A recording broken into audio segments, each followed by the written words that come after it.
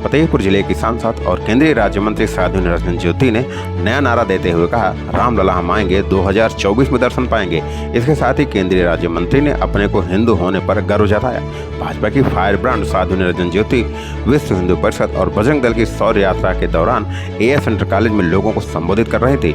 मंच के माध्यम से उन्होंने कहा, आज विपक्ष खुलेआम सनातन धर्म का अपमान कर रहा है, हम सभी को इसका जवाब देना है। जिले की सांसद होने के नाते मैं इस शौर्य यात्रा में आए सभी लोगों का स्वागत करती हूँ। सभा को संबोधित करते हुए साध्वी निरंजन ज्योति ने कहा, आज मैं अशोक सिंघल को नमन करती हूँ। पहले हम नारा लगाते थे रामलला हम आएंगे, मंदिर वहीं बनाएंगे, लेकिन अब हम नया नारा लगाएंगे कि रामलला हम आएंगे 2024 में दर्शन पाएंगे। अनगिनत लोग राम जन्मभूमि पर मंदिर निर्माण के लिए लगातार आंदोलन करते थे, वह सब आज होते तो इसे साकार होता देखकर सुखद महसूस करते। आज खड़गे का बेटा हो या तमिलनाडु के सीएम का बेटा, सभी सनातन का अपमान कर रहे हैं, सनातन धर्म को डेंगू मलेरिया बता रहे हैं। सनातन मिटने वाला नहीं है, यह सब में रमा है और जो सब में रमा है वही राम है। केंद्रीय मंत्री ने कहा, जो अपनी संस्कृति और धरोहर को भूल जाता है उसे मिटने में समय नहीं लगता। अयोध्या में रामलला का भव्य मंदिर बन रहा है। मुझे बड़ी खुशी है कि मैं इस आंदोलन से जुड़ी रही हूँ। हम लोग हर आंदोलन के साक्षी हैं, चाहे गोली चली हो या कलंक का ढांचा टूटा हो। अब उसके ऊपर दिव्य भव्य मंदिर बन रहा है, उसके भी साक्षी हैं। यह सब हमारे लिए गौरव का क्षण है। परिषद के द्वारा झांसी से लेकर के बनारस तक और ब्रज क्षेत्र में मथुरा तक निकाली गई है। पूरे क्षेत्र में क्या है कि कई बार आदमी अपने अस्तित्व को भूल जाता है। हम क्या हैं, हमारी संस्कृति क्या रही है, उसको जरूर स्मरण रखना चाहिए, क्योंकि जो अपनी पूर्व संस्कृति को, अपनी धरोहर को भूल जाता है तो उसको मिटने में टाइम नहीं लगता। विश्व हिंदू परिषद के द्वारा आयोजित इस शौर्य यात्रा में फतेहपुर में पूरे जोशो खरोश के साथ यहाँ की जनता ने स्वागत भी किया है।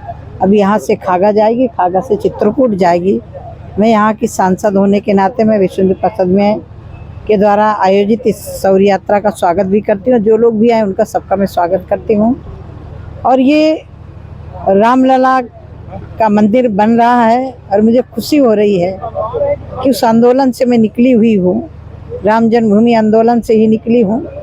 और आज जब मैं अपने सामने भव्य मंदिर निर्माण होते देखती हूँ तो मुझे पुराने लोगों की स्मृतियाँ आ जाती हैं कि उस समय जब धर्म बोलने वाले भी नहीं थे, उस समय सन 82 के कुंभ में श्रद्धेय अशोक सिंघल जी ने पूरे संतों को एक मंच में ला करके, संतों का भी अपना अपना पूजा पद्धति होती है। माननीय अशोक जी ने कहा सबकी उपासना पद्धति अलग अलग है, अपना अपनी उपासना पद्धति करें, लेकिन देश के लिए आज आवश्यकता है।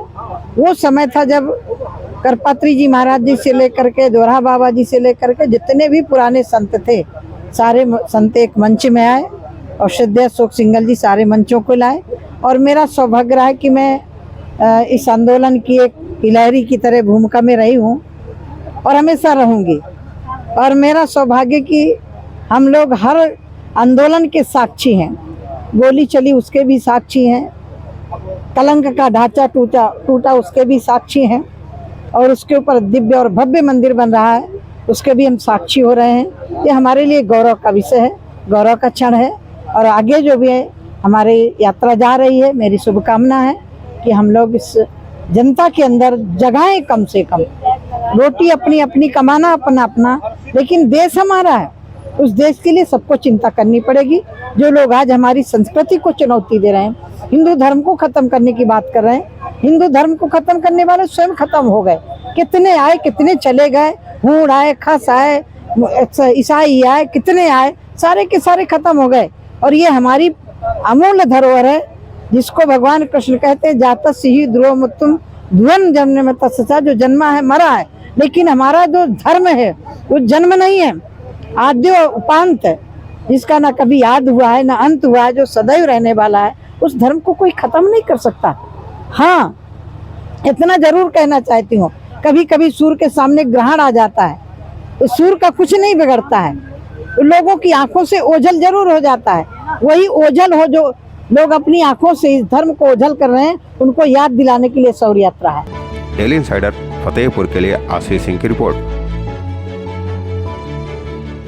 यूपी और देश दुनिया की तमाम ताजा तरीन खबरों के लिए गूगल प्ले स्टोर से आज ही डाउनलोड करें हमारा तेजी से उभरता न्यूज ऐप डेली इंसाइडर।